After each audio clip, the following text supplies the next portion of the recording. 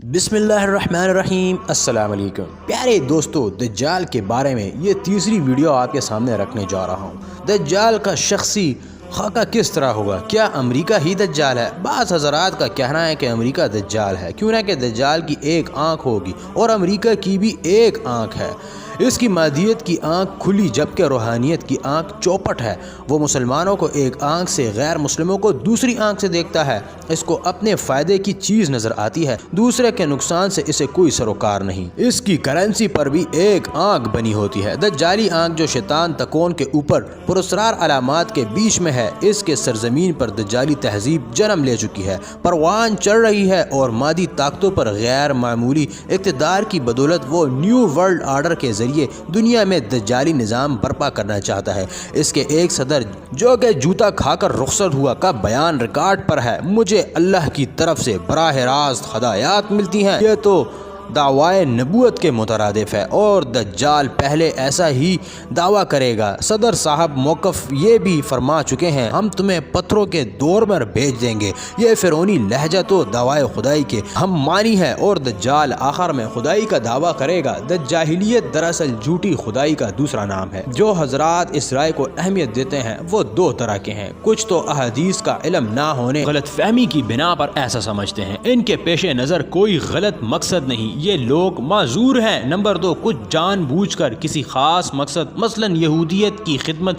اور مسلمانوں کو دجالی فتنے سے بے خبر رکھ کر دجال کی راہ ہموار کرنے والے کے لیے ایسا کرتے ہیں۔ یہ خود دجال ہیں، کیوں نہ کہ حدیث شریف میں آتا ہے کہ دجال اکبر سے پہلے 30 چھوٹے چھوٹے دجال نکلیں گے۔ ایک حدیث میں تو 70 سے کچھ اور اوپر دجالوں کا ذکر ہے۔ دونوں باتیں اور دونوں اعداد اپنی جگہ درست ہیں۔ پیارے دوستو، کچھ دجال بی کیٹیگری کے ہوں گے اور کچھ دجال سی کیٹیگری کے ہوں گے۔ پہلے 30 ہوں گے، دوسری قسم 70 سے کچھ اوپر ہوگی۔ احادیث کو جس نے سرسری نظر سے بھی دیکھا ہے، اسے یقین ہے کہ دجال کوئی ملک نہیں، ایک متعین شخص ہے جس کو انسانوں کی آزمائش کے لیے غیر معمولی صلاحیت اور طاقتیں دی گئی ہوں گی، لیکن وہ ان کو ہمیشہ غلط مقاصد کے لیے استعمال کرے گا۔ حضرت مولانا ابو الحسن علی زیدی رحمۃ اللہ علیہ اور دجالیت پر اپنی مشہور کتاب معرکہ ایمان و مادیت کے صفحہ نمبر 135 پر فرماتے ہیں: جن حدیث میں دجال کا ذکر آیا ہے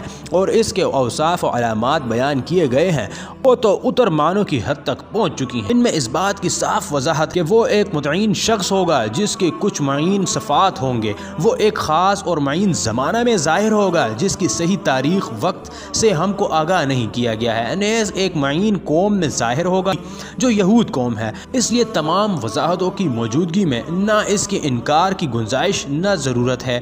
احادیث میں اس کا بھی تعین کر دیا گیا ہے کہ وہ فلسطین میں ظاہر ہوگا، وہاں اس کو عروج و غلبہ حاصل ہوگا۔ در حقیقت فلسطین وہ آخری سٹیج ہے جہاں ایمان و مادیت اور حق و باطل کی یہ کشمکش جاری رہی ہے اور منظر عام پر آنے والی ہے۔ ایک طرف اخلاقی اور قانونی حقوق رکھنے والی قوم ہے جن کا سب سے بڑا ہتھیار اور سب سے بڑی دلیل یہ ہے کہ دین اور دعوت کی حامل ہے اور انسانیت کی فلاح اور مساوی کی داعی ہے۔ دوسری طرف وہ قوم ہے جو ایک خاص نسل اور خون کے تقدس و برتری کی قائل ہے اور پورے عالم اور انسانیت کے سارے وسائل کو اس نسل و عنصر کے اقتدار اور سیاست کے اندر لے آنا چاہتی ہے۔ پیارے دوستو، اس عبارت کو غور سے پڑھا جائے تو مضمون کے شروع میں دیے گئے 3 سوالوں کے جوابات آ جاتے ہیں: دجال کون ہے، کہاں ہے اور کب برآمد ہوگا؟ لیکن فی الحال ہم تینوں کی تشریح نہیں کرتے، اس وقت ہم پہلے سوال پر ہی چل رہے ہیں۔ خلاصہ کلام یہ ہے کہ اگرچہ امریکہ کی دجالی خصوصیات میں شک نہیں، لیکن وہ دجال نہیں ہے۔ البتہ امریکہ کی تہذیب جو سراسر مادیت پرستی پر قائم ہے، دجالی تہذیب ضرور ہے، بلکہ دجال اپنے ظہور کے بعد جو کام دنیا میں کرے گا، امریکی استعمار یہود کے ورغلانے سے دجال کو سچا نجات دہندہ سمجھ کر اس کی راہ ہموار کر رہا ہے۔ دجال کو حقیقی آسمانی خدائی کے مقابلے میں فریضی زمینی خداؤں کے لیے جو وسائل درکار ہیں، امریکہ بلکہ پورا مغرب انہیں مہیا کرنے کے لیے دن اور رات سائنسی تحقیقات میں لگا ہوا ہے۔ پیارے دوستو، یہودی سائنسدانوں کے ساتھ مل کر نئی ایجادات نئی چیزیں ایجاد کر کے اس کی عالمی حکومت کی بنیاد مضبوط کر رہے ہیں۔ اپنا تمام کا تمام زور اسی چیز پر خرچ کر رہا ہے، لیکن اس سب کچھ کے باوجود امریکہ دجال نہیں ہے، کیوں نہ کہ دجال کسی ملک یا حکومت کا نام نہیں، ایک متعین شخص کا نام ہے۔ آئیے ذرا ایک نظر ایک حدیث پر، جن سے صاف معلوم ہوتا ہے کہ الدجال اکبر مسیح کاذب ایک مخصوص حلیہ رکھنے والا انسان ہوگا۔ وہ الدجال مسیح کاذب ایک نوجوان مرد ہوگا، اس کے بال چھوٹے اور گھنگریالے ہوں گے اور وہ ایک آنکھ سے نابینا کانا ہوگا۔ صحیح مسلم۔ پیارے دوستو، اللہ کے رسول صلی اللہ علیہ وآلہ وسلم نے ایک دفعہ خواب میں دیکھا کہ وہ کعبے کا طواف کر رہے ہیں۔ اس دوران انہیں دجال دکھایا گیا۔ آپ صلی اللہ علیہ وسلم نے وہ بھاری برگم جسم کے سرخ رنگت، گنگریالے اور بال اور ایک آنکھ سے نابینا ہوگا، اس کی آنکھ لٹکے ہوئے انگور دانے جیسی ہوگی۔ صحیح بخاری۔